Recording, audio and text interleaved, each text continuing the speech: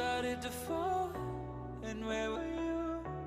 How could I know you were falling too? Grabbing the wind, cutting my skin, but it's hard because I'm falling. Tell me why I'm falling. Oh, life's calling, but it's hard because I'm falling. Falling, falling, falling, falling, falling, falling,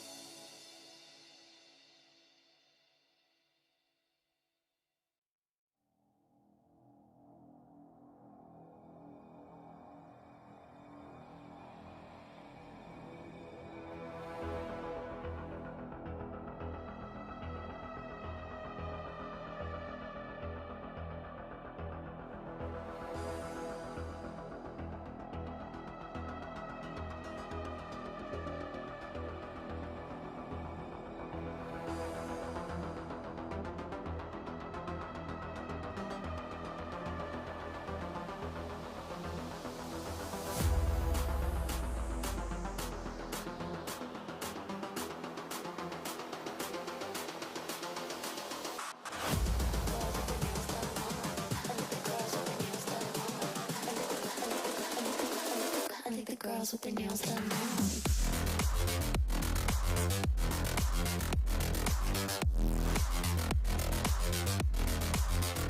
Girls with their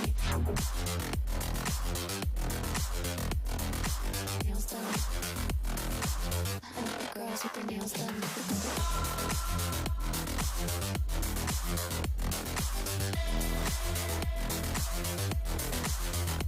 Girls with their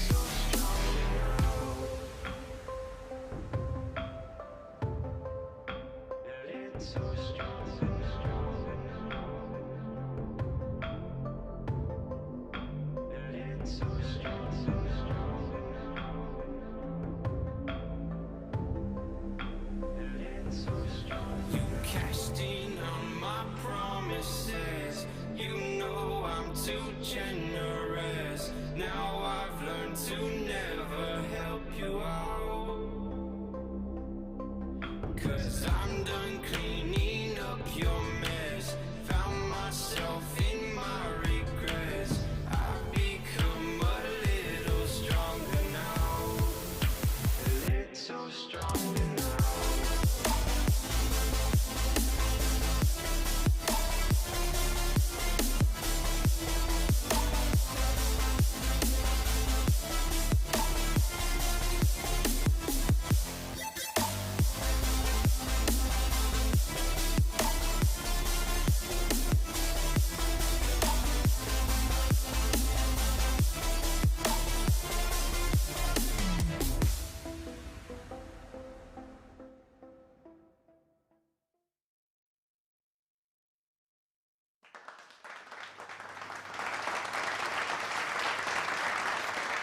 Hey guys, welcome to the 4th day of Open Doors Week. I'm Arji, I'm from Italy, I'm a second year master student, and today we're going to talk about the School of Digital Technologies. So guys, if you're interested in digital learning games, human-computer interaction, of interaction design, well, that's the time to open your eyes, open your ears, and listen to what we're going to talk about today.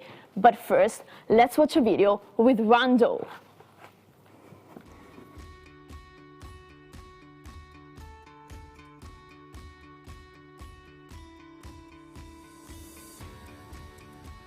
I am Marilee and I am part of the Open Society Technologies program team. The program is all about bringing the best of society to technology in order to enhance openness and freedom, which enables every individual to have a say in every decision that is made. No doubt, technology is improving the society. The question is how and what role technology will play in the future. We are bringing the technical solutions and policymakers together with the aim to make the best out of this interaction. Our mission with Open Society Technologies program is to develop new professionals like open society system architects, analysts, digital policy advisors in society, social entrepreneurs, and so on, who are able to maintain the dimensions of open society. The uniqueness of this program lies in introducing design concepts and mixing them with big data, citizen science, co-creation, policymaking, innovation, digital security, sustainability, and e-governance. Being the world's most digitally advanced country, Estonia is the best place in the world to gain and practice these skills. If you want to design future societies, come and join our program.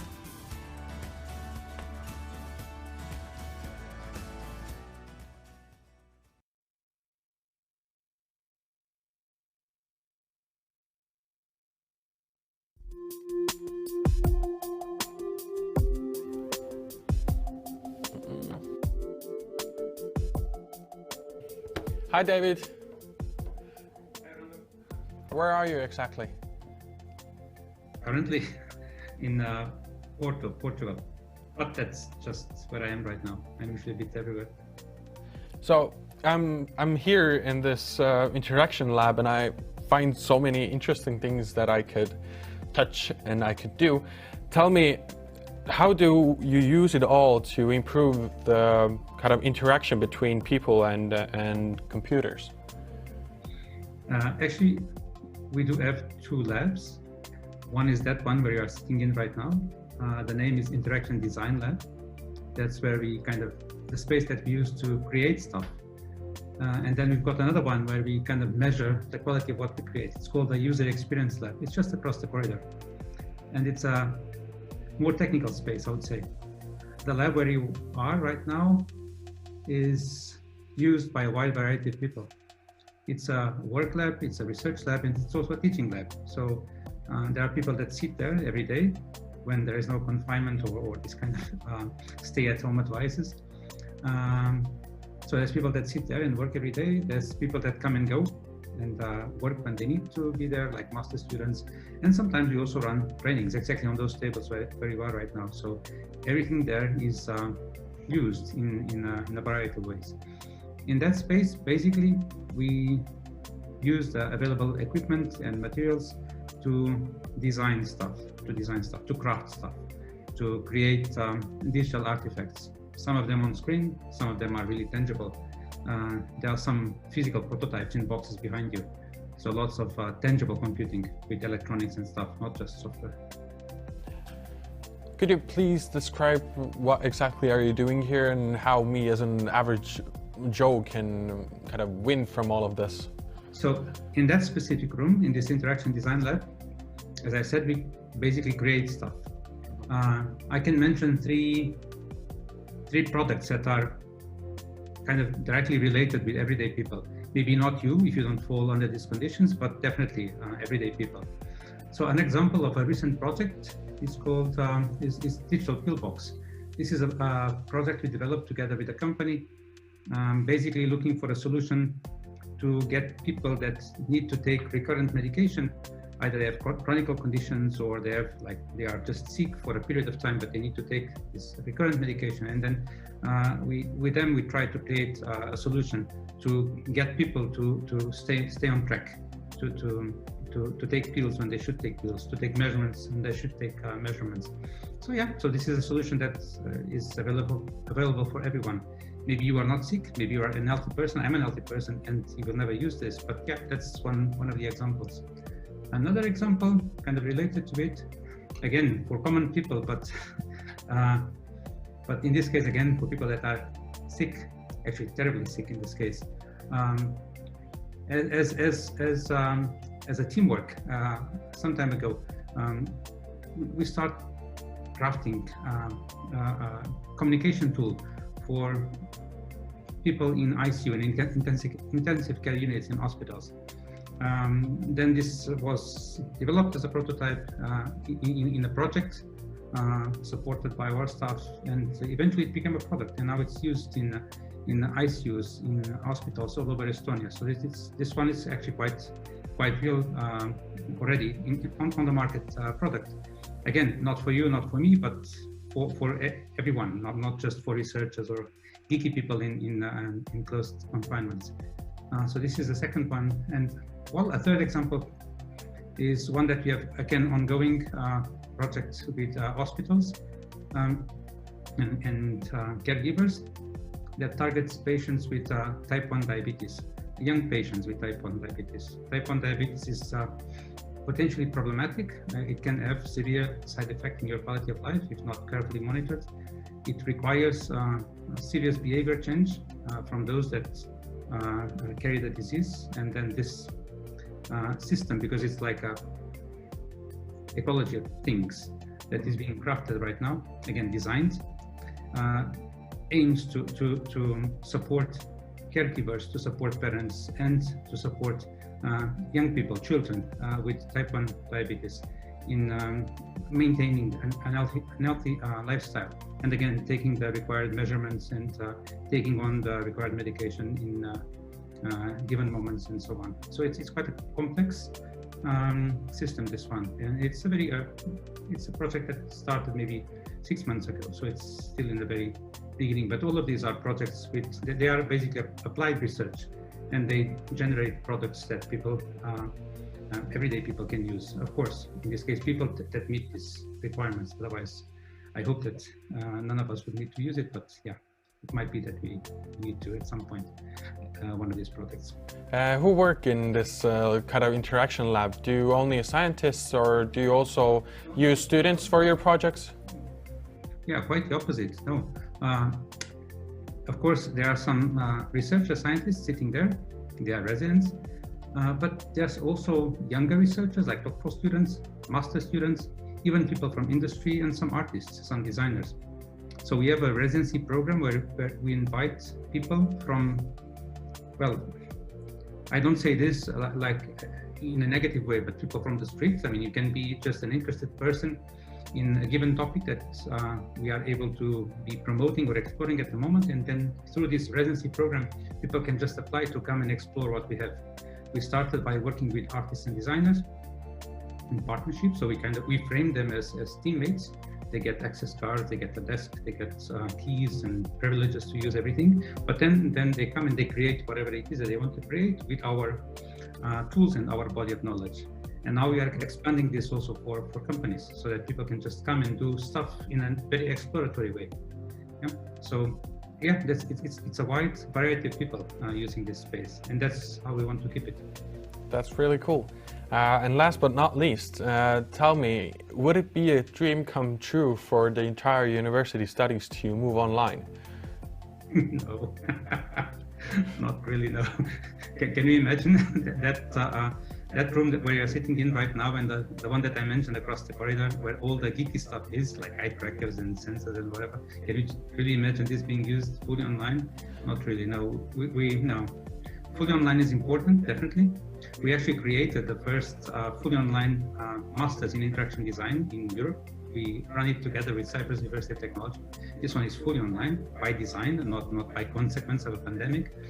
But this is just for, again, it's for a specific circumstance. People that are not able either to come to Europe, to come to university, to adhere to specific schedules and stuff. And then it's a flexible program for them to level up in their learning path. But no, this is not the norm. This is the alternative.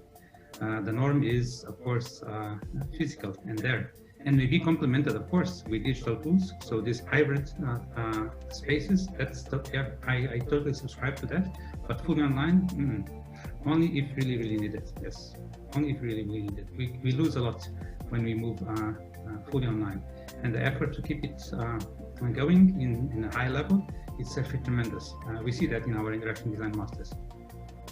Great. Well, thank you for meeting up with us through Zoom here. Let's hope we can at some point meet physically too. Eventually, yes. You're welcome to come back, or I'll visit you eventually. Bye-bye. Have a nice day. You too.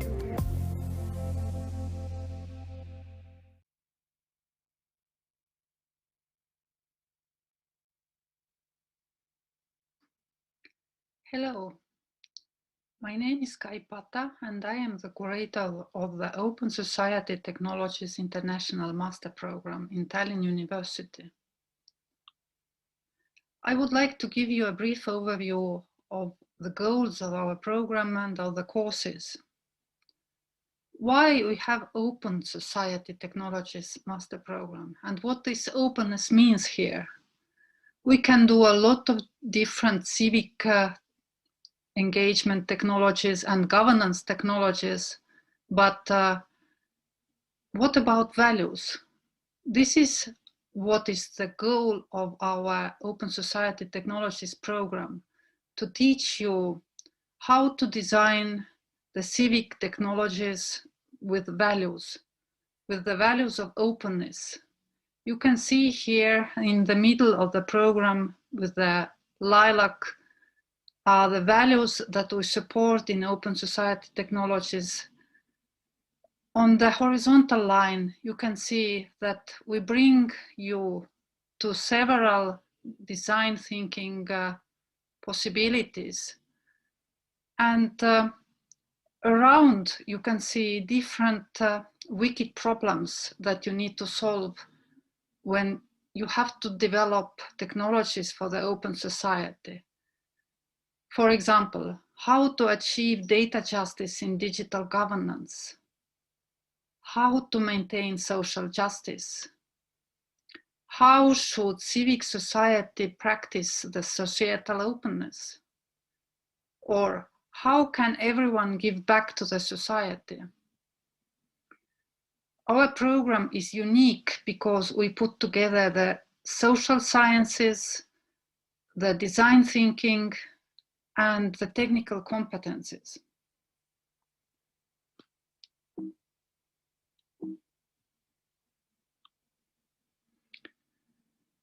Another idea why this Open Society Technologies program is unique. Tallinn University is supporting as its main goal, one of its main goals, the open society. And this program is for this. What we mean is that the knowledge how to develop and use digital governance technologies should not be only in the hands of top-down governance bodies and corporations who can pay for the development.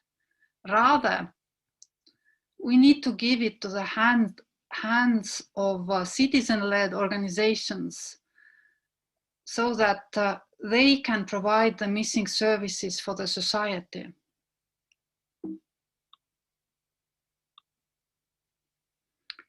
What are the goals of the master program? There are three big goals. The first is to give you a broad understanding of the civic society and governance of open society. Second, we want to give you experiences with value-based design of civic technologies. And third, we give you the basis for data-driven decision-making.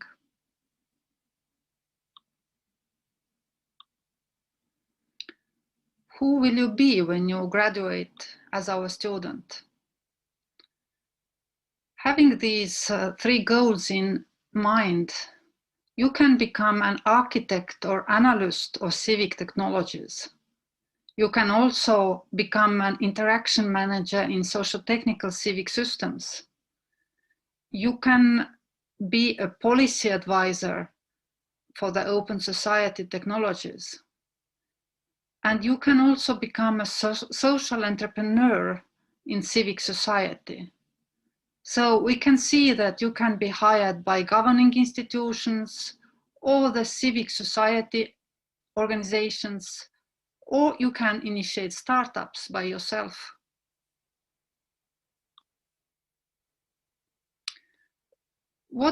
Tallinn University is unique because it allows all students to develop general competences, and we have developed in Tallinn University a particular course for it that is called Learning in Interdisciplinary Focused Environments, LIFE.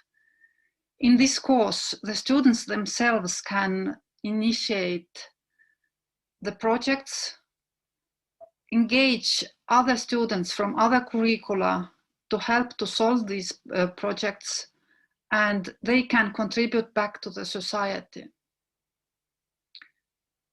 The master program requires that you are also having the practice in the field. We provide opportunities to do the practice in Estonia, or you can also do the practice in the other countries. All the studies in the master programs end with the master thesis. That is a research-based empirical thesis. And the topics in our master theses relate with data, they relate with design, they relate with analytical or survey-based approaches that combine these three competencies: the design thinking, the understanding of governance, and the technical competencies. And every student can also take free electives.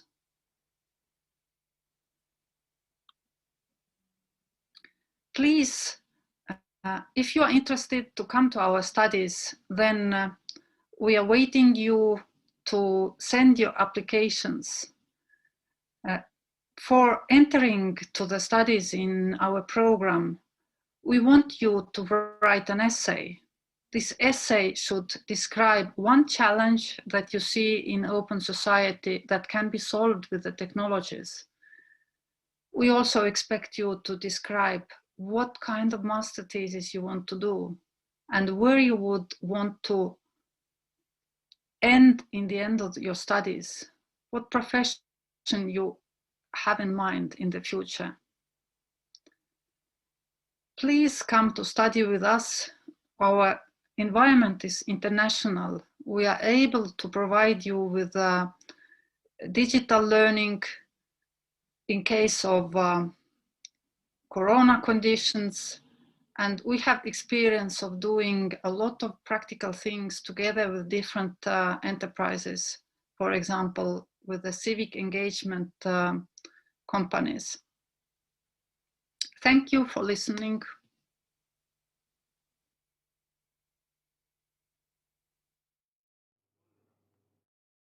of the courses in the games module, you will be creating games in teams with teammates from other backgrounds. You'll be working together, and for most of these courses, you'll be expected to contribute something to. Over the past years, we've had 5 continents represented so far. Still waiting for someone from Australia, so if you're listening, consider joining us. But yes, you'll be meeting and working together with people from different backgrounds in a varied cultural environment where you'll learn something about international cooperation, and hopefully that is a practical skill as well in today's international labor market. So more specifically, I did mention that the program is interdisciplinary in nature. What are the kind of typical roles that we're looking for? Well, most prominently, to make a game, you need educators, because we're doing learning games. So that includes instructional designers, teachers, or anyone who has an interest in educational research, let's say. Game designers, so people who invent rules and conceptual gameplay mechanics, people who think and design how the game works, or people who are interested in learning about that, because that is what we teach. We need artists and visual designers as well, because games need to look good, not just feel good to play. Sound designers, composers, anything to do with audio, very valuable skill in a game-related team. Writers, especially for more narrative-themed games, which are a prominent thread in gaming. But basically anyone else has something to contribute, as I said before. To give you some examples of what kind of projects we've been working on lately, here's probably the latest one. It's called Methodica, and it's a digital game about learning research methods.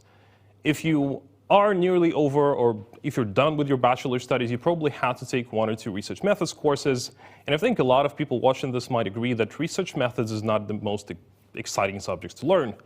This is something we've recognized as well. So recently we got a national grant in Estonia to work on a digital game that could be used to improve students' understanding and engagement with the subject of research methods.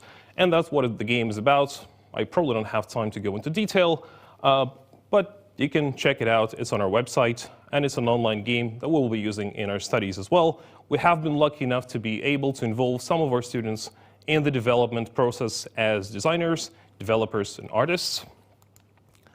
Another thing that I'd like to mention is an international Erasmus Plus project called GA STEM, where we collaborated with other institutions in other countries and schools in places like Belgium, Italy, and Finland on using mini games as a vehicle to bridge the gap between STEM, or science, technology, engineering, and mathematics, and arts education.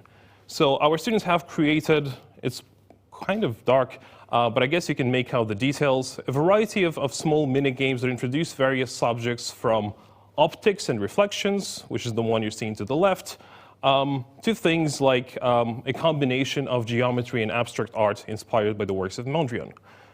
Lots of different things. If you're wondering, where do you go after this? What happens to you after you've graduated from digital learning games? Well, it's quite a few different pathways. If we look at what our existing graduates and alumni have gone on to do with their lives, there's a spectrum of things. We have game designers and game developers working at game studios. We have software engineers and startup entrepreneurs. We also have people who continue to teach in schools and at the higher education level, as well as work as researchers and pursue other game-related interests. We have some people who have worked with museums and theaters, the public sphere more broadly, because there's really no limits to where and how you can use games beyond just entertainment. If you're wondering, what do we actually get to study? How is the study program structured? Let me give you a few basic pointers. So the core module of the study program is called Game Design. This is the one module that all of you will be taking if you come to studying digital learning games. There's 40 ECTS credits worth of compulsory courses, which we'll talk about in a minute. There's also elective courses that relate to various facets of games. I'll introduce that as well. Then you get to choose between 3 separate elective modules, depending on your interests and career ambitions. You can choose to study interaction design, or educational psychology, or game development, so the more practical aspect of programming games. In addition to that, there's the university-wide LIFE project, which I imagine you'll be hearing about a lot today. And there's also an internship that you can do in Estonia or abroad at a game-related company or any other place where a game or gamification could be a viable strategy. And free elective courses, which you're free to choose from. Ultimately, your work here culminates in a master's thesis, which can be completely research-based, or it can be a design project that involves creating and testing your own game and writing up about the experience. So quickly as I can, let me briefly introduce the game design module. So the compulsory courses are the ones that you're seeing on the screen right now. We start with a brief introduction to the domain of digital learning games, and then we talk about other facets of game design, such as designing game logic and game mechanics, as we call them, the conceptual rules that guide how games work. Then you design learning games in the eponymously named course. And we also create assets for games, because games need graphics and sounds and text and all these other things that go into them. This is what the course is about. And we cover other areas ranging from game studies, so existing research into how games work, to level design, to project management, to research methods, and a research seminar that will support you in the process of writing your thesis. As far as elective courses are concerned, you can choose any amount of courses, but at least 3 out of the following range. If you're not a developer but would like to tap into the world of programming games, there's a course in basics of game development. There's a course on transmedia storytelling if you're more interested in the narrative interplay of games and other media forms. Graphics-related courses, a course about the game industry taught by an industry practitioner from a game studio, multimedia development, gamification, which is this trendy term a lot of people are talking about right now. So if you're interested in turning other things that aren't games into playful, fun experiences, this might be the one for you. But also because students have been requesting some support in terms of research, we have a course on data analysis if you want to do some statistics-based quantitative research for your project or to improve your game. So the elective modules, let me cover them briefly as well. There's the game development module, which is all about programming for games. If you have existing knowledge of programming and would like to build on it, this is the one you might be interested in. So courses range from subjects like math and physics to game development patterns to graphics and sound programming, basically the things you're seeing on the screen. Educational psychology. If you are a teacher or a psychologist who's interested in the cognitive benefits of applying games in the classroom or the practicalities of how you can actually use them as a medium to teach people things, this is an interesting thing to consider. So we'll look into how games work, how games are used in the classroom, how they affect our mental state, and how to optimize and leverage games as a tool that will create lasting memories and effects and benefits. Finally, there is the interaction design module, which shares a lot of the courses with the human-computer interaction program that will be introduced later. There we focus mainly on designing experiences that are optimized for human usability. So things like design theory and methodology, or how do you design interaction methods and interaction patterns for your players when you make a game, or more broadly for any digital solutions. These are the kind of things that you will be focusing on in this module. Again, just because you have to choose one of the 3 doesn't mean you only can do the courses from that one module. If you're interested, you can take courses from other modules as free electives if something catches your attention.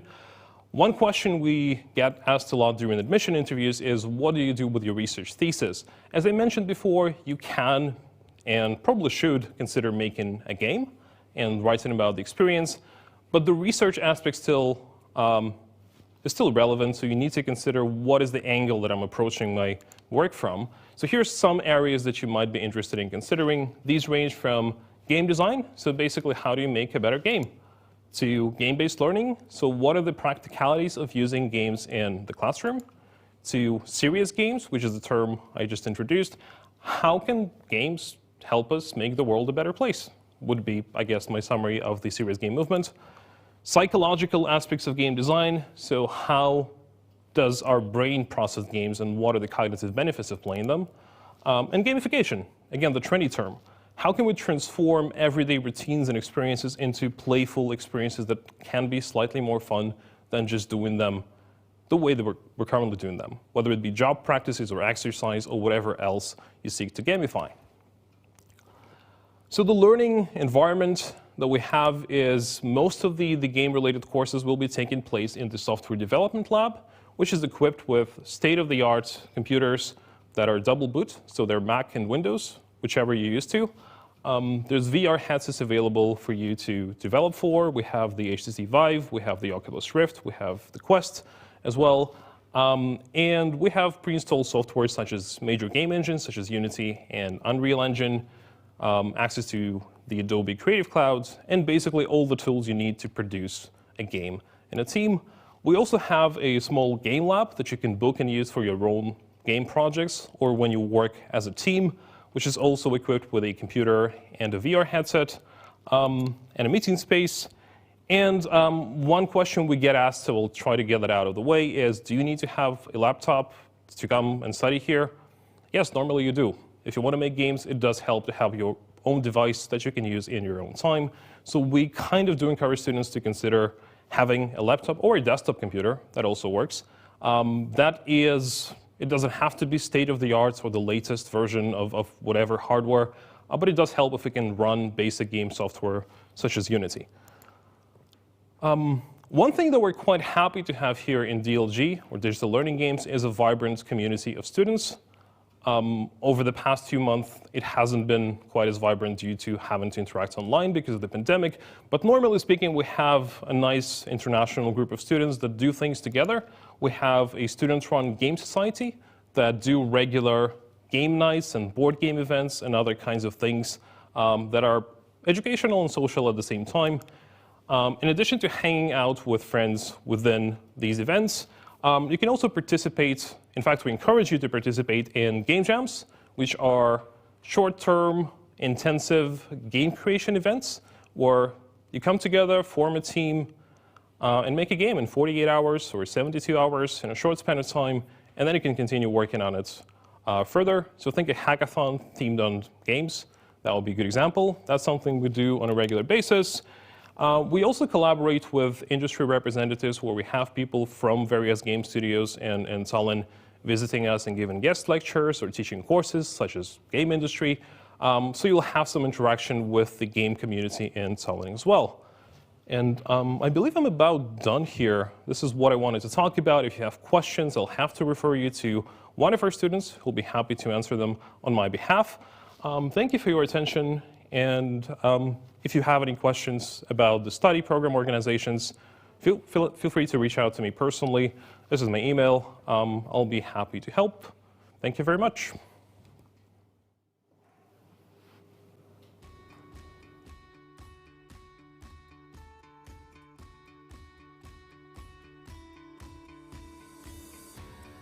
Hi, my name is Masho, and I'm an artist and designer and creator of a parallel universe called Masholand. Do you sometimes feel that your ideas have a great potential, but there is just a little bit of something that is missing to achieve it?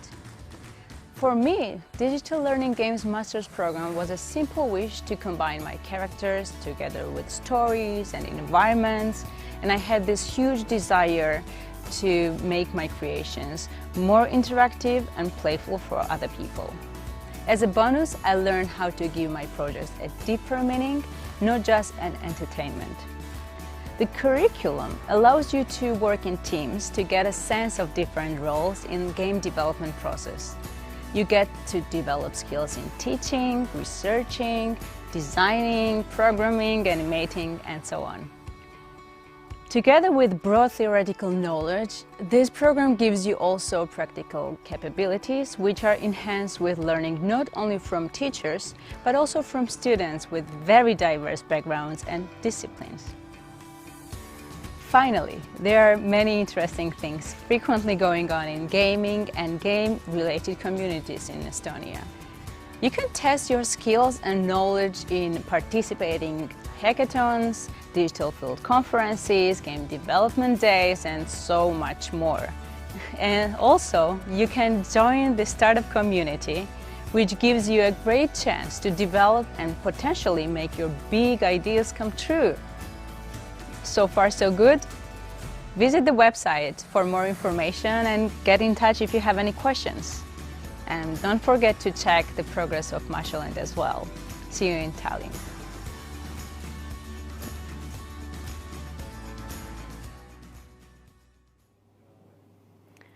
Why are people afraid of computers? They bite. And now it's the time of human-computer interaction with Ilya.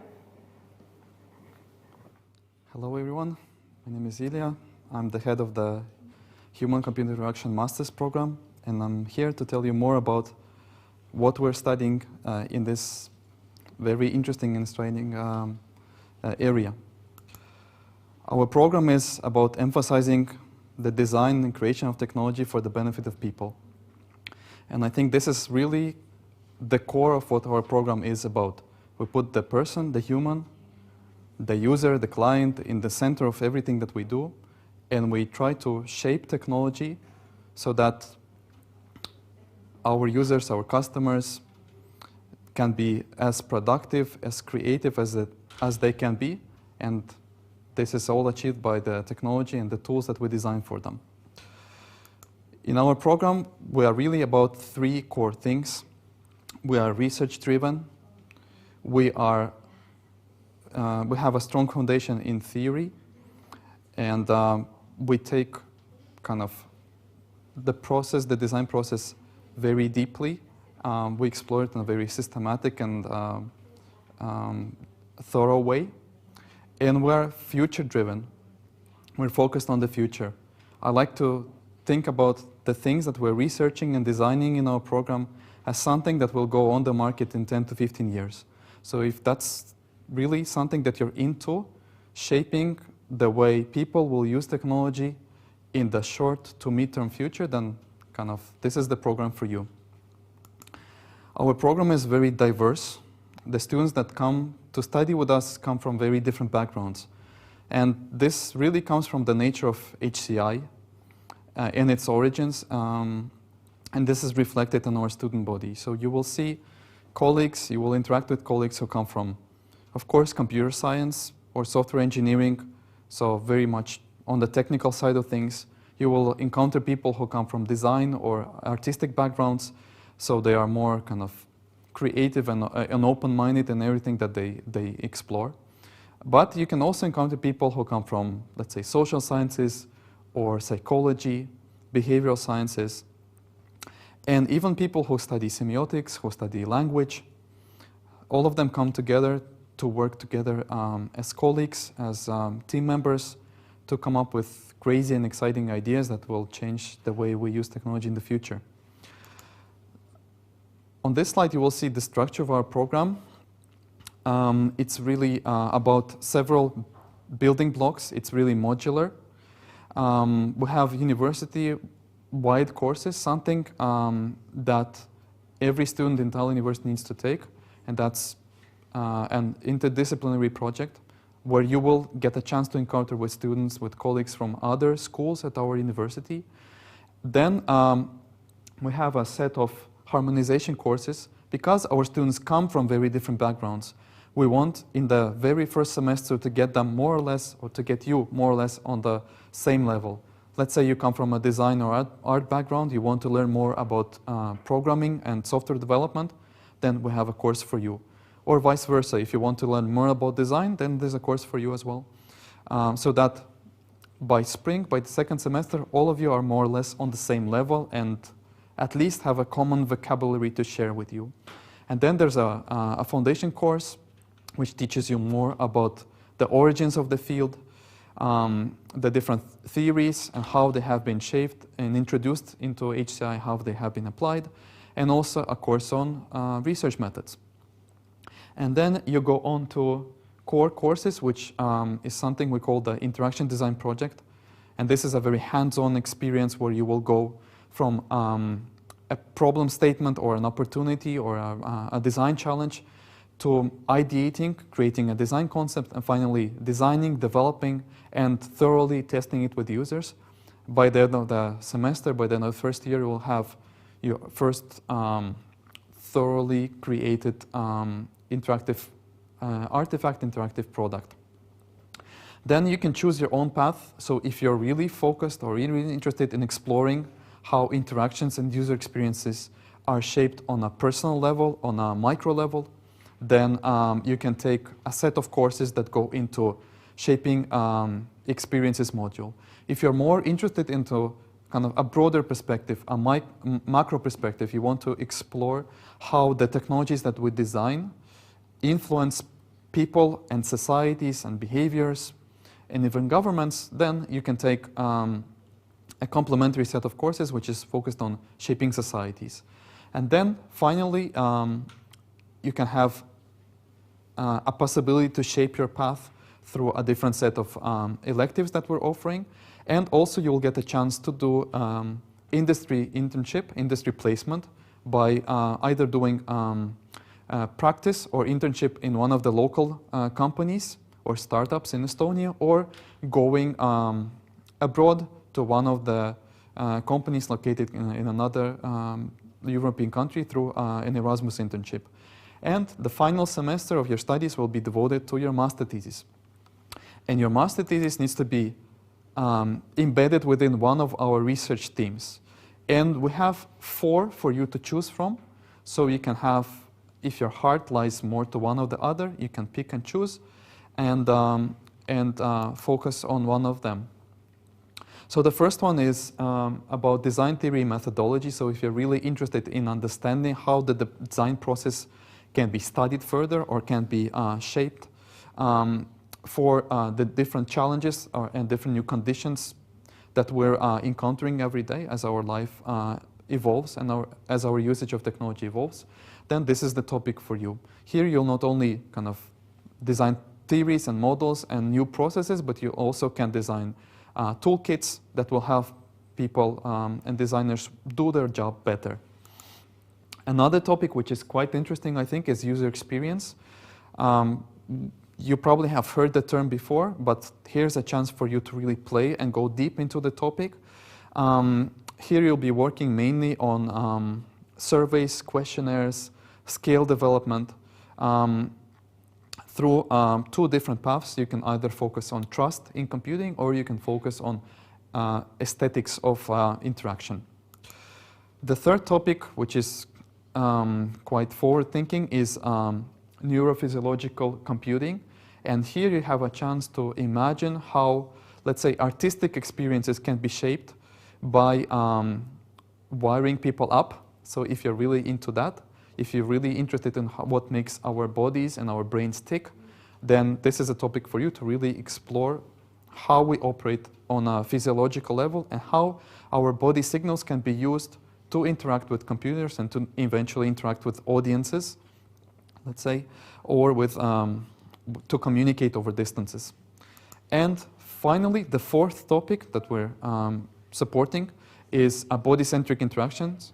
So if you're really interested in exploring how to design wearables, how to design smart garments, how to design interfaces that go on, around, or inside your body, and how they work as constellations, how they integrate together to offer these seamless, integrated experiences, that this is the topic for you. Now, what are we looking for, or what kind of candidates we're looking for? I already mentioned that we kind of are quite diverse in terms of the background of our students, but we mainly focus on 3 main backgrounds. So we encourage you to apply if you come from either computer science or, let's say, software engineering or hardware engineering background, if you come from a design or artistic background, or if you come from social or behavioral sciences background. So one of these 3. You need to present, in order to apply, you need to present your academic transcript, you need to present your CV to demonstrate your past academic and professional experiences. You will need to present a situated motivation letter, so not only explaining why would you like to come and study with us in Estonia, but actually selecting one of the topics that I presented to you before and exploring in depth how you could tackle that topic for your master thesis with examples and references to current state-of-the-art projects from either academia or industry. So to demonstrate that you're really aware of the current trends, of the current developments, of the topic that you selected, and to show that you're really into exploring it further. And finally, depending on your background, if you come from a technical background, we will ask you to pass a technical exam. This is for us to understand if you really have the technical skills, you really have what it takes to develop stuff. Or if you come from a design background, then you need to present a design portfolio. If you come from a social behavioral sciences background, there's also a portfolio, but it's more of a research portfolio. You need to demonstrate the past research projects that you have done before, maybe in your previous studies, maybe in your bachelor studies, let's say, to explore different behavioral societal processes that you have explored and to show how you used different methodologies to learn more about, again, what makes people tick. So we will assess you also in terms of three things. We will assess you in terms of your quality of previous studies and your past professional experiences. Sometimes it happens that people switch the fields from what they studied before into what they ended up doing professionally. So we will, of course, take this into account. We will assess your motivation as demonstrated by your motivation letter and your eagerness and seriousness about kind of selecting a topic and really wanting to pursue it in depth, and your skill set. So we will want to understand if you really have what it takes to design or develop interactive experiences in our master's program. So once you're in, what do you get to play with? We have a number of different labs that support our teaching and research activities, and we have a number of different materials and tools that we're also using on a day-to-day basis. So you might go from a very kind of tangible paper-based analog artifacts like pen and paper and different templates, sketching or whiteboarding, using the whiteboard to kind of design different low-fidelity prototypes. But you can also go very tangible if you're interested in, let's say, embedded and wearable computing. Then you can play with Arduinos, you can play with sensors and actuators and different microcontrollers, program them, integrate them in different form factors, put them on the body, see how they, what kind of experiences they enable. If you're interested in exploring the user experience and studying it, measuring it, then we have a range of different platforms. We have a whole user experience lab that is devoted to very kind of precise lab experience to allow you to see where people gaze, either in a fixed position in front of a screen, or let's say in the wild where you put this mobile eyeglasses, eye tracking glasses, and you, let's say, take your users to, say, a supermarket or an open area, and you see how they navigate that environment. And also different mobile wearable devices that allow you to measure people's emotional levels. And if you're really interested into exploring how the person's brain works and how you can use the signals in our brain to control the computer, then you can either go for some low-level devices like this headband that is less intrusive, or if you really want to go into much detail, you can put gel in people's head and put this helmet that you see on the slide, and really get a very thorough understanding of the different signals that our emotions are triggering in our brains, and see how you can use them to foster different experiences. So really a range of different materials, a range of different tools and resources for you to play with for your different projects and different experiences that you're pursuing. So with that, I will wrap up. If you have any additional questions about the admin process, please send an email to hci-studies@tlu.ee, and our admin person will answer them. If you have any questions about the content of the program and you want to learn more about the different courses, please contact me. My email is on the slide, and I will be happy to address any of your questions and to see you eventually in the admissions process and eventually as part of our students' good luck and hope to see you soon in the admissions interview. Have fun.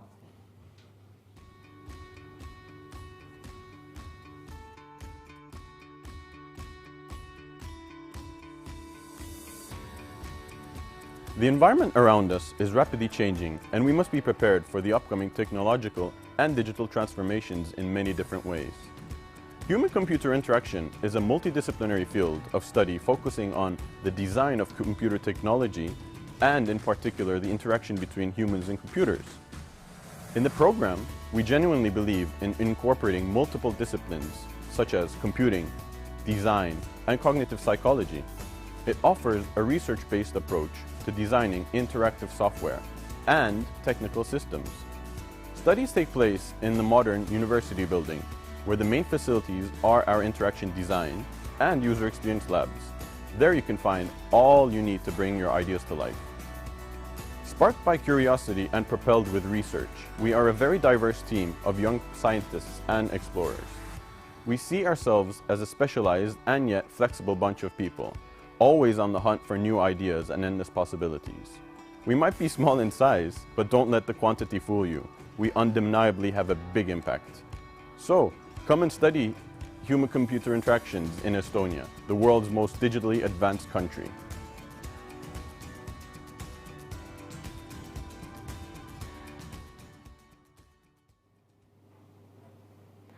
I don't like computer science jokes. Not one bit. And now it's the turn of Sonia with interaction design. Okay, thank you for that. Hi, my name is Sonia Souza, and I'm going to present you the master program in interaction design.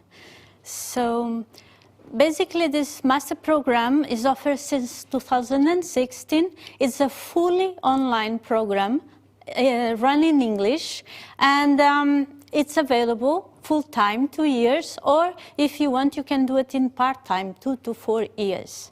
It's a problem-based approach program, so we focus on problems and we try to solve. So it's a very hands-on program, and with mentoring and one-to-one solving problems. It's a joint program, so it's not run only by Tallinn University, but it also is run by jointly by Cyprus University of Technology. So I'm representing Tallinn University, and my colleague Andreas Papalas is the representative of Cyprus University, CUT. So what this master program aims? So basically this aims to train and educate students that has a strong interest in interaction design, of course, but mainly it focuses on technology, design technology for people and with people. Skills. What type of skills do you get from this master?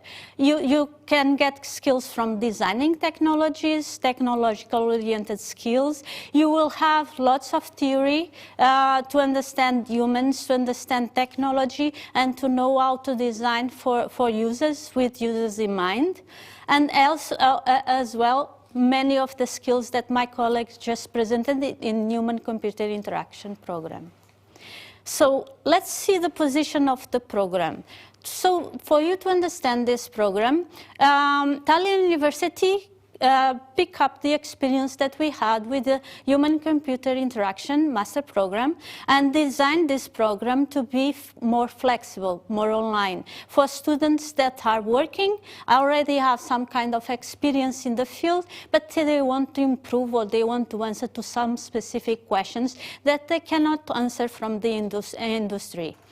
So this program basically drinks from the human-computer interaction program, also drinks from Cyprus University experiences, and we together developed this program. In terms of position, we have some subjects on computer science, design, behavioral science, and business. So we are looking for students that have these skills, multicultural skills, that have skills in various disciplines, and that can understand a little bit of research-oriented approaches and theory-based as well. In terms of the program, so this program has 4 semesters. In the first semester, in the full courses, we have more or less 6 courses that goes from design theory methodology, research methods, foundations, prototyping, interaction design methods, and individual subject. The same happens in the spring courses. So this happens from January to June, right now, for example, and we have universal design, current topics of human interaction, develop interactive systems, user experience evaluation, field research methods, and practice. We have one more year. In the second year, we have the semester 3 and semester 4.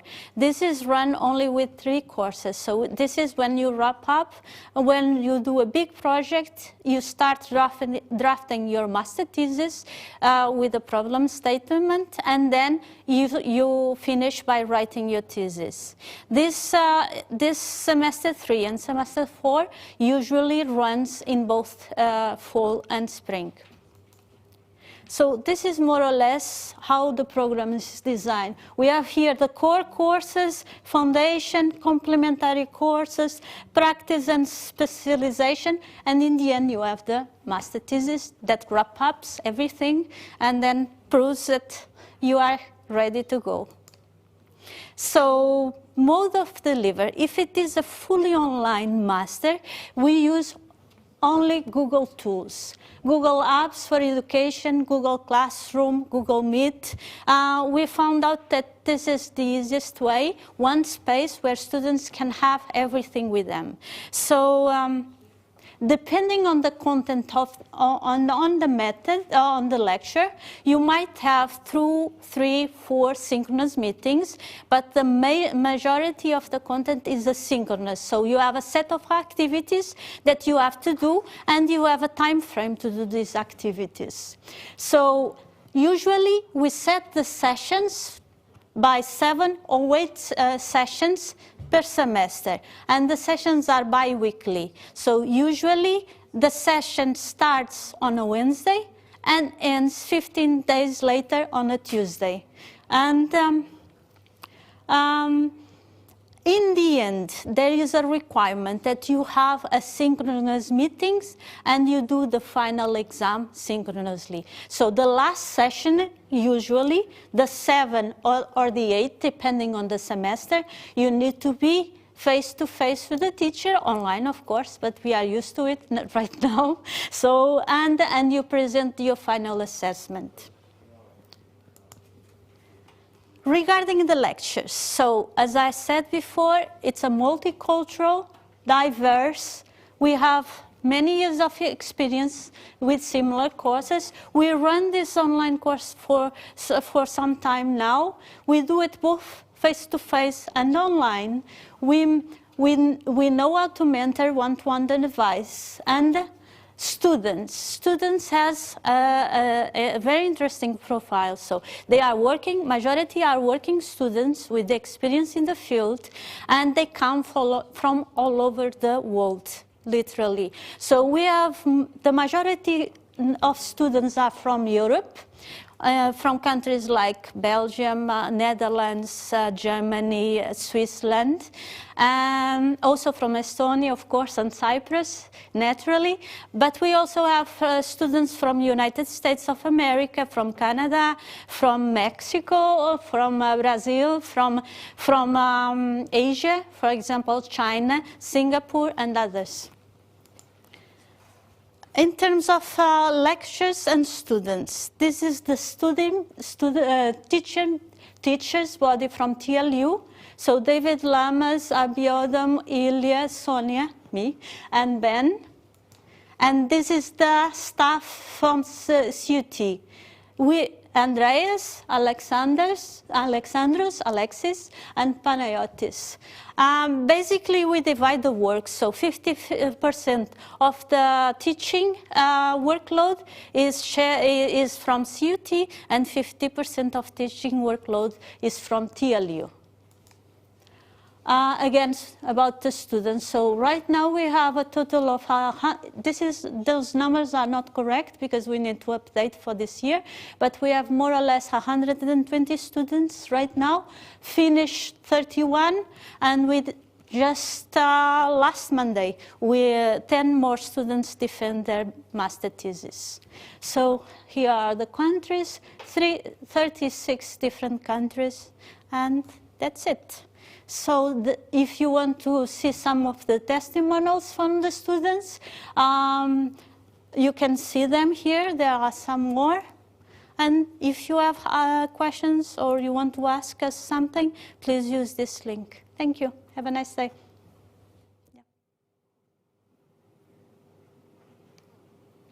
Thank you very much to all the presenters. That was very interesting. But now we want to hear from the students of the School of Digital Technologies. Hey guys, welcome to my dorm. Please come in.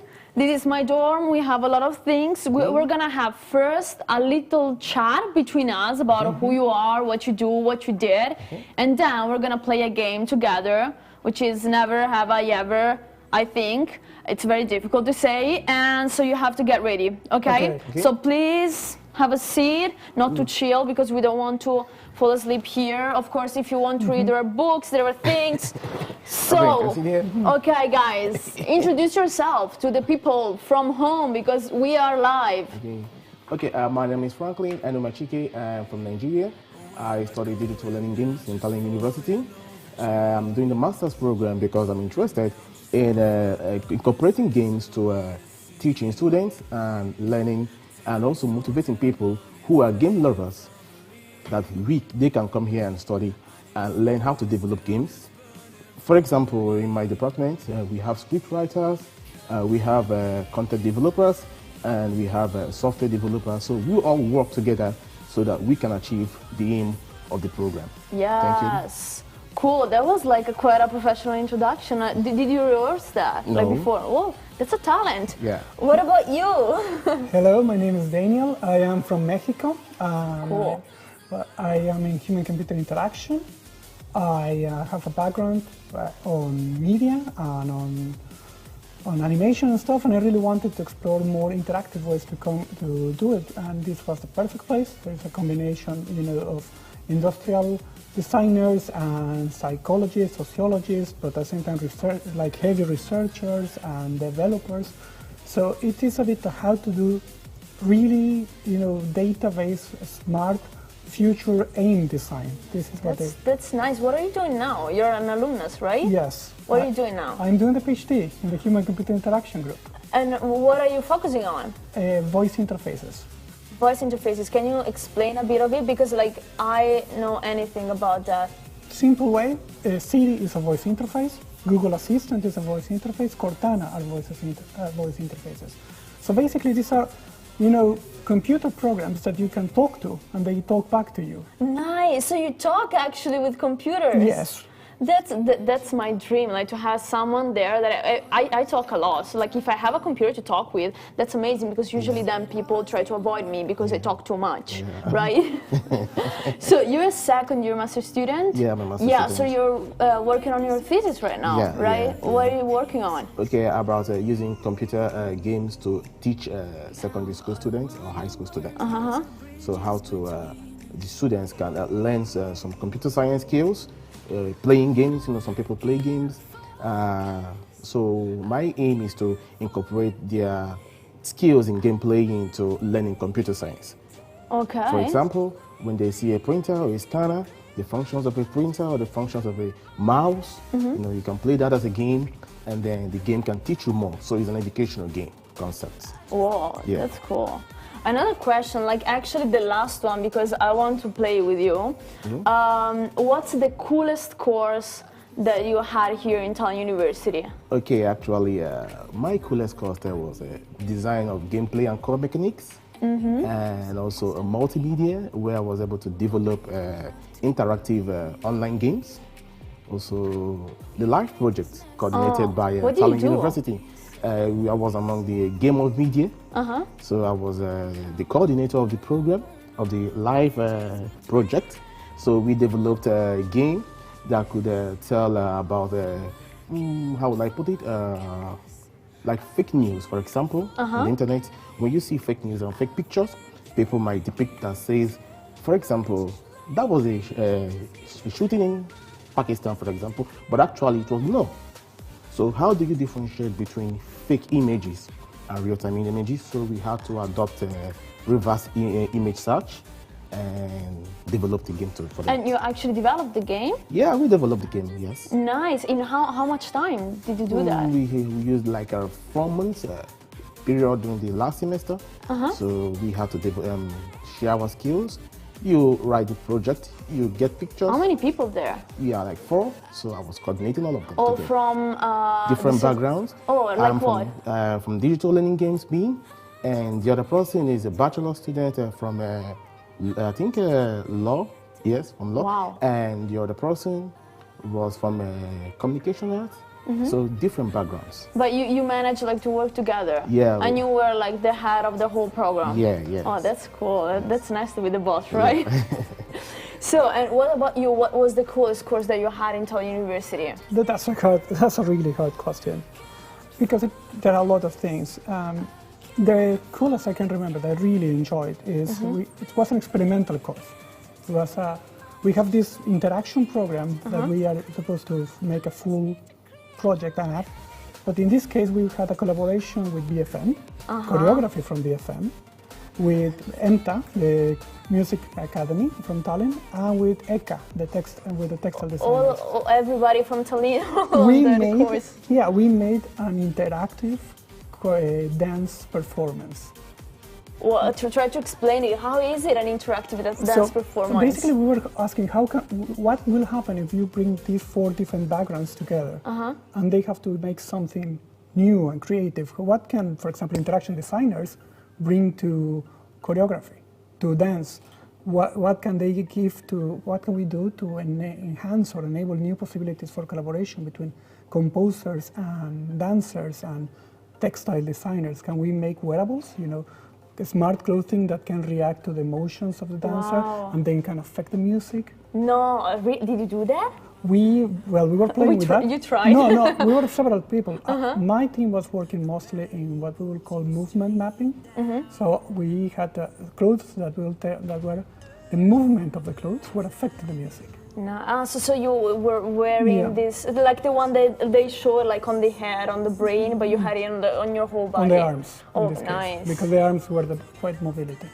And we then use this combination with a mapping or a video mapping that we also organize with the textiles. So we'll have like this, dance was becoming one and then splitting into several and coming back. That's nice. But some other people were working, for example, with skin sensors that they become more active when you are excited.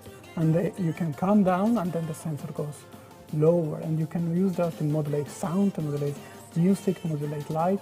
Nice. So then the dancer can use their inner body also to do that. So this was like the craziest and coolest course. That's like sounds like magic. Like you tried like a movie actually, like those like Disney cartoons where the lights change, and I think that's my dream. Like I wanted to be in this course just to be the one like with the lights on and that everything changed.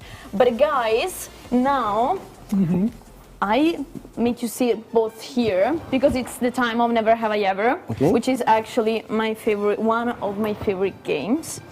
But okay, so are you ready? So I'm gonna say a series of things.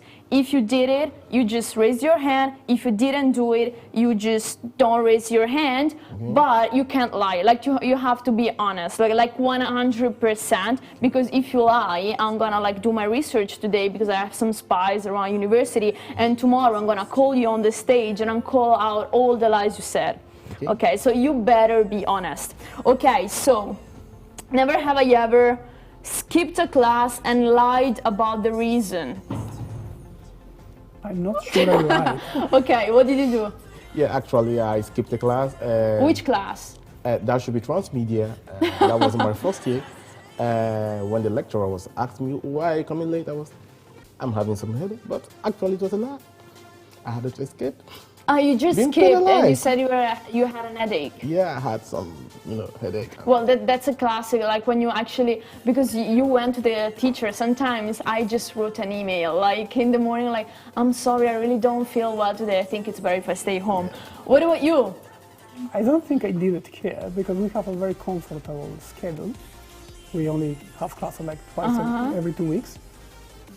And I am not sure I lied because I'm quite cynical, but skipping classes, that's something I did a lot. Why? In bachelor, especially. Well, bachelor, yes. Yeah. High school and bachelor, then when you're in the master, you're like, okay, I think I have to get serious on this thing, so it's better, like, I don't skip too many classes. Yeah. So, okay, second one. Never have I ever talked to a computer.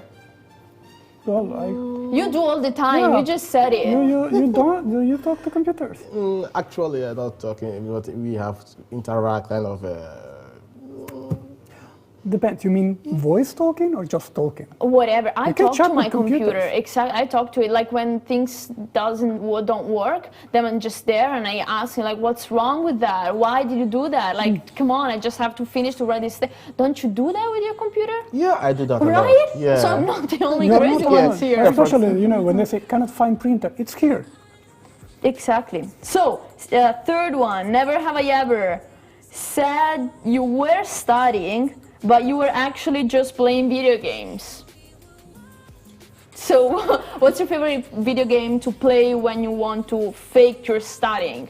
Okay, maybe the Grand Theft Autos, Need for Speed. And I handle it with my keyboard and pretend I'm studying, but I'm just operating the keyboard. Zoom, zoom.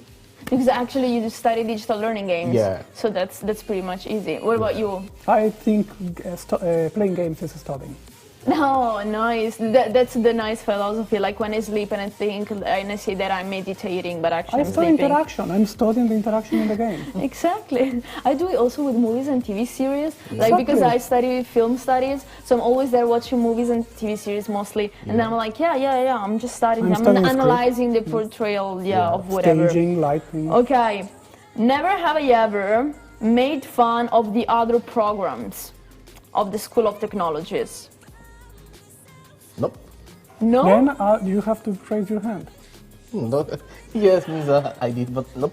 Like you don't think that your study program is the best one and then the other ones are just less cool? No, we are also self-deprecating. We just think we can make fun of everybody. What do you make fun of? Like as human-computer interaction? What's the stereotype of a human-computer interaction person? Well, you will have like 2 or 3 at least. Like what's the 2 or 3 types of people? Okay, you will have the UX people who are really obsessed about, especially you have like the eye tracking guys. Okay. We have some of them that love to do all these experiments with eye tracking and trying to figure it out if they can read your mind by eye tracking. So you also have, like the real designer, you will have your Mac and you will have everything very nice and you will do the thing. And you have developers, which will always try to have PC and they will tell you that if you don't use Discord and Linux, you are not real. And which one are you in those ones? I think I'll be between the eye tracking and the designer guy. So you're the one that plays with Linux, right? No, that's the developer. See, I didn't even pay attention. Like I'm the worst one. Okay, guys, last one. Never have I ever prepared a presentation or a project in one day? No, I have. Yeah, I have. Yeah, what? Okay, actually, that was for my internship. After my internship program.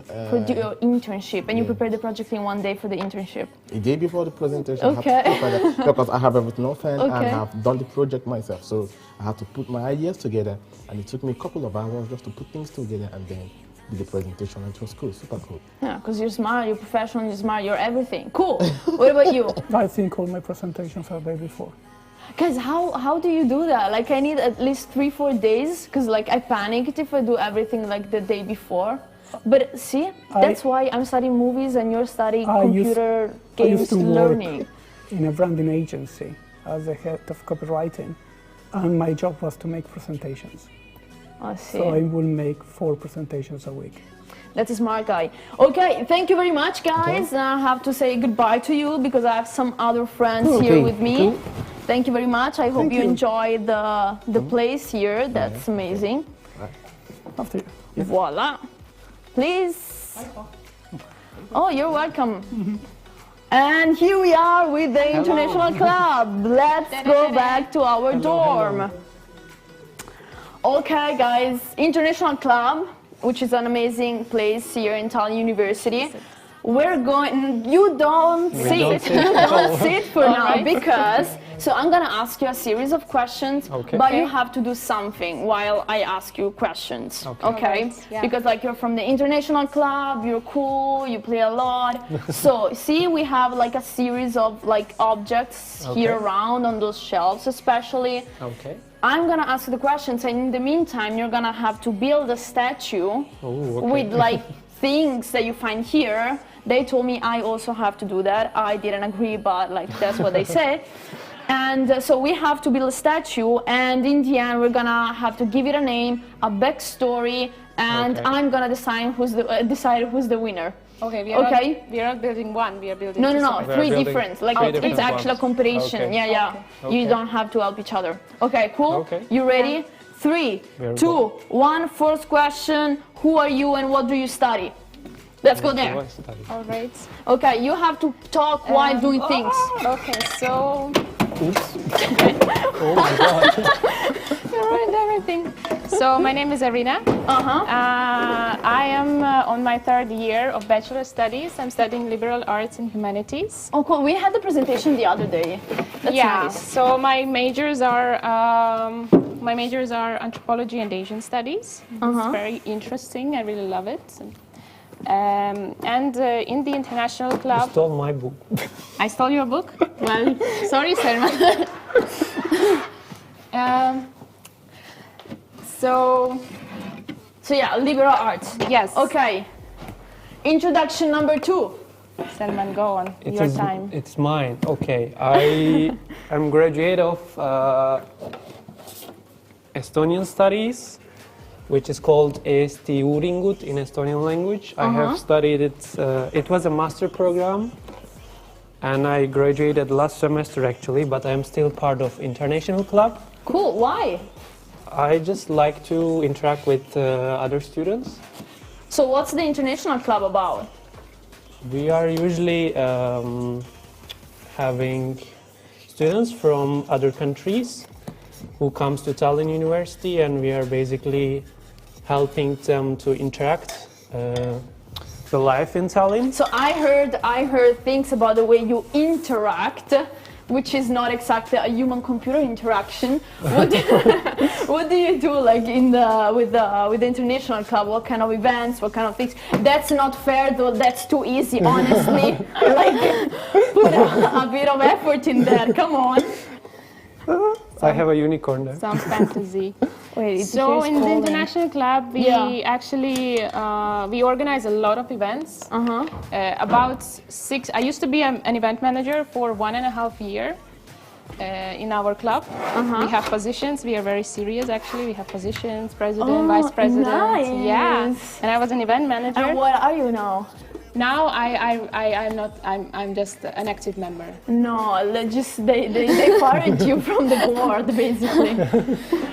Yeah. So we have about 60 events per semester. And well, we introduce Estonian culture. We also ask them to do some activities outside. We go for hiking. We show them Estonia, Tallinn.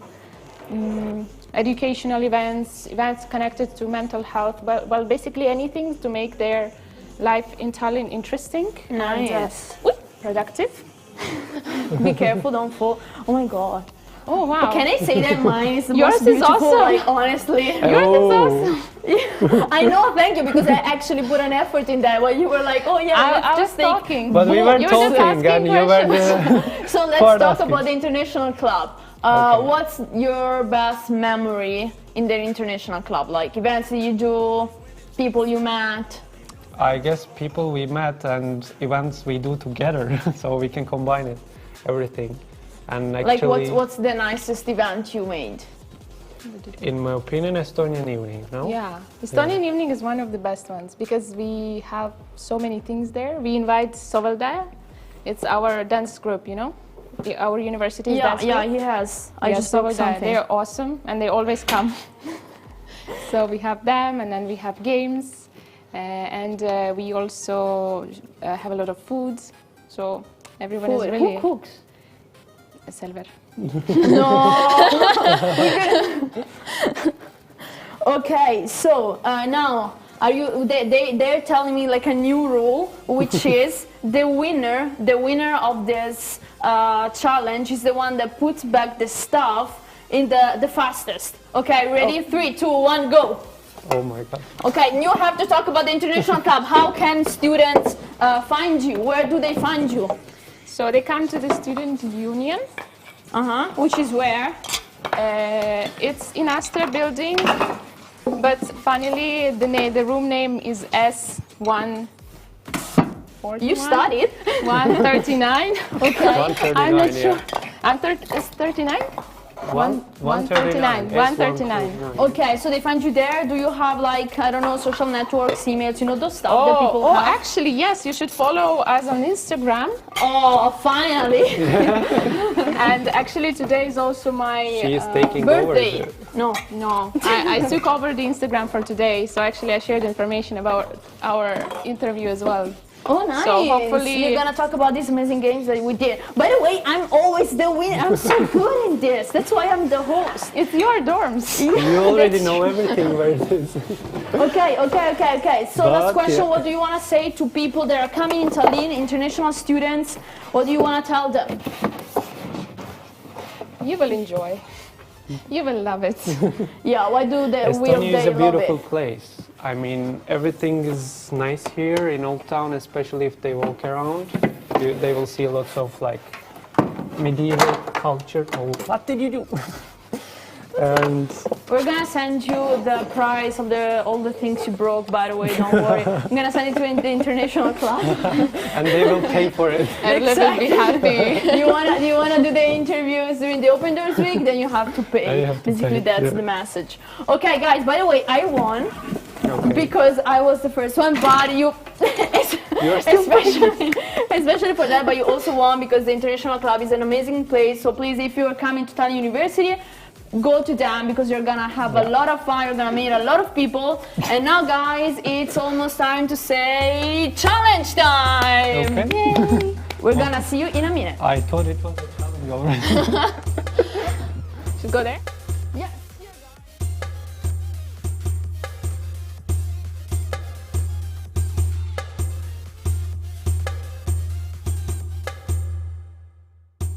Yes. What kind of a challenge? Should we... Should I turn to this side? Wait. If you want, you can sit. Oh, no, it's fine. Otherwise, they will not see you.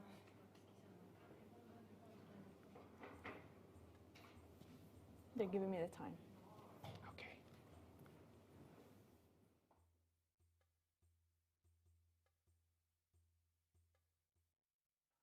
Okay, guys, we changed the location and like super fast. Okay, it's challenge time. So we had challenges for the whole Open Doors week. Okay. I don't know which one is this, but they told me that finally you are going to play and I'm just going to present because like I was not a great player for the past days. So they just fired me as a player as they fired you as the event manager. So, okay, let's get ready. It's challenge time. Challenge number 4, because it's 4th day, it makes sense. Okay. Estonian faces. You ready? Should we make Estonian faces? I don't know. What's an Estonian face?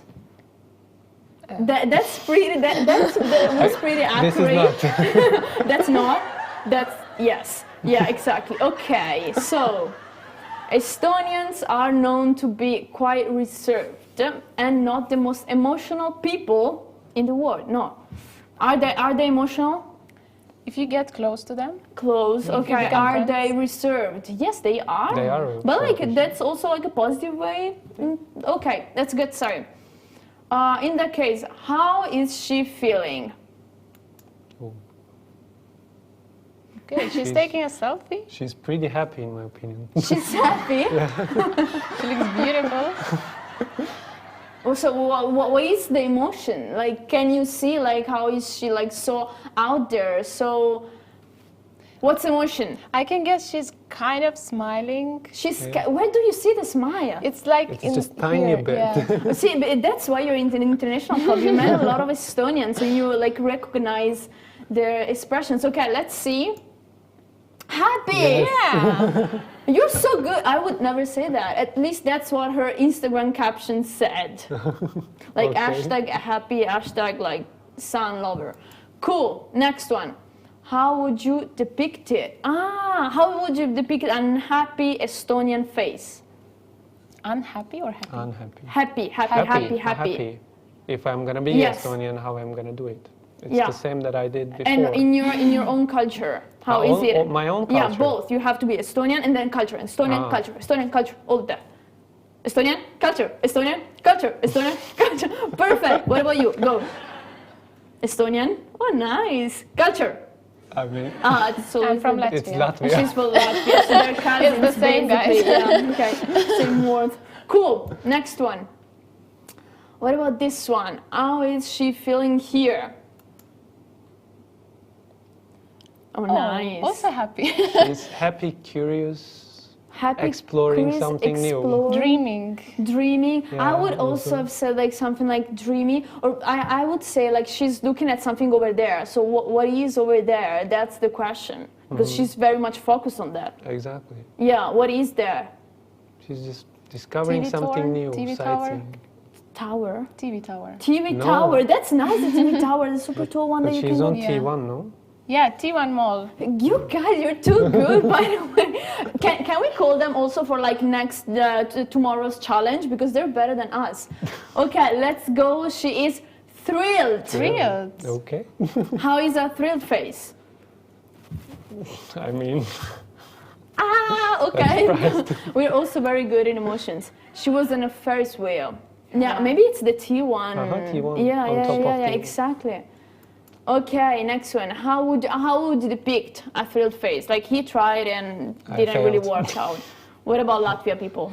A thrilled face. It is the same as Estonia. Oh, nice. That was good. There was some like dynamic in that. You're an actress. Okay, let's go on. How is she feeling on this picture?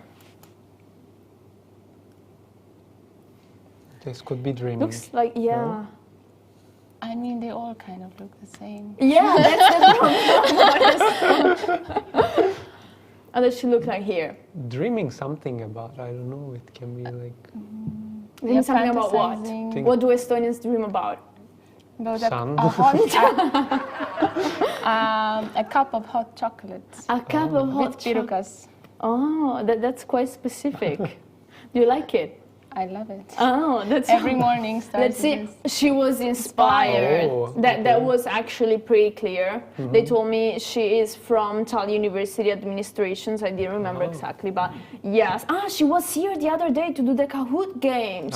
That's where I saw her. Yeah, but she was quite inspired. Nice. Duh. It's duh. Inspired. Duh. Because she's like looking up. Yeah. This. Okay. How would you depict it? Inspired.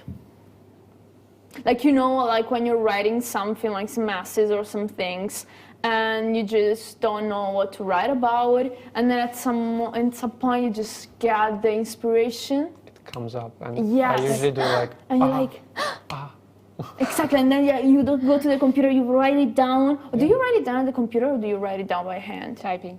Always. Don't you write by hand, like, in any case? So rarely. So I remember I have this thing that happened once. I was in a course and the teacher was like, okay, now we have to write by hand, because it was a kind of writing course, and nobody had a paper, nobody had a pen, and people were asking to the teacher, can we like type please? Like, we don't want to write by hand. That's like so old as a thing. I also wrote a short story about that, but that's another story. Let's go on. This is the last one, and it's the hardest. What emotion is this one? Are we ready? Yes. Oh. It's like when when it's dark and you open your phone, that kind of selfie. Like when you're sleeping. She's too chill. What's the emotion? Yeah, Chill? Chill? She's sleepy, like a little bit, and still she's happy. I think that she's still happy because she has the thing like we recognize it. I think like when I'm like studying, if my computer could see me, which actually my computer can see me like while I'm studying, I think maybe I would have this face because see there's the reflection in the glasses. But maybe it's the reflection of the phone actually because she's taking a picture. Exactly. I guess it's the screen. You already figured it out like at the beginning. Okay, so what's the emotion here? She has Sleepy. seen some. Yeah, Sleepy. Sleepy, but she has seen something interesting, I guess. Like she's focused. scrolling Facebook sleepily. She's sleepy while scrolling Facebook. That's a very particular It's like when you want to go to bed. But you can't just stop. Yeah, I think like maybe we can give you some kind of course like what's like the consequences of social media because I think you kind of might need it. Okay, so let's see this emotion. Overjoyed. Okay. Yeah. She must have. She must be overjoyed. Like we trust her. No, she lied. It was her birthday. Okay. Oh. Do you look like that on your birthday? I don't take selfies in the dark. I take selfies with friends. So you're always happy. You have to be like, ah. Yeah, we actually took one today. Yeah. Oh, you took one today. That's nice. And you're gonna post it on the. Already did. On the Instagram of the International Club. Yes. And Exactly. Facebook. Yeah, it goes to both stories. Automatically it goes to Facebook as see, well. like they're just amazing, guys. They're just amazing. You have to go to the International Club.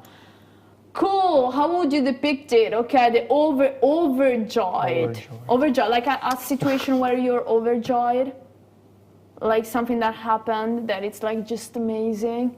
Like this game, you know, they asked me to do a challenge on the Open Doors Week. Actually, I can tell a story that happened yesterday. I was overjoyed because I lost my face mask and it's so important right now. True. So I checked the whole room. I lifted my bed, I checked all the wardrobe, and I could not find it, and my roommate just checked the pocket of my coat, and she brought it. So like 1 hour wasted, and she brings it like this. And your face was like? Thank you, I hugged her so many times. That's nice. That's a very like almost emotional story. Like I like it. Yeah, I always have it with my earphones. Like I never like know where I like left them, and then like just find them. What about you? Overjoyed? What's the situation? We have to have like a setting, you know? I mean, I don't know. A situation where you're overjoyed. If I have a breakfast in the morning, I usually overjoyed. Like I like it, I enjoy it. The breakfast? Yes, but the breakfast for me is like very like fancy. What do you eat for breakfast? Anything you can imagine, like cheese, olives, eggs, everything we have. Well, in eggs, Turkish it's breakfast. quite nice. Okay, so you have eggs. How many eggs?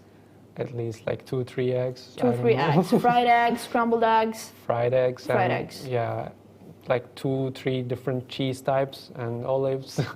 That's nice. That's a good breakfast. I should learn from that. Okay, 1, 2, 3. Do a funny face. To which camera?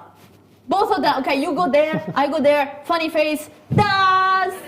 Dai. Okay, cool, guys.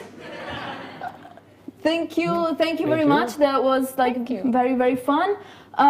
Thank you very much for everybody that followed us from home. I hope you enjoyed today. You enjoyed the School of Digital Technologies, the International Club, everything. Of course, if you want to apply, do it now. You know, there are a lot of documents. So like the sooner the better, so that you know that you're fine and you're gonna come here to this very, very nice university with this amazing International Club. And we'll see you tomorrow. We're gonna talk about School of Humanities and other master programs of Tallinn University, always here at the Open Doors Week. Bye guys. Bye-bye. Bye.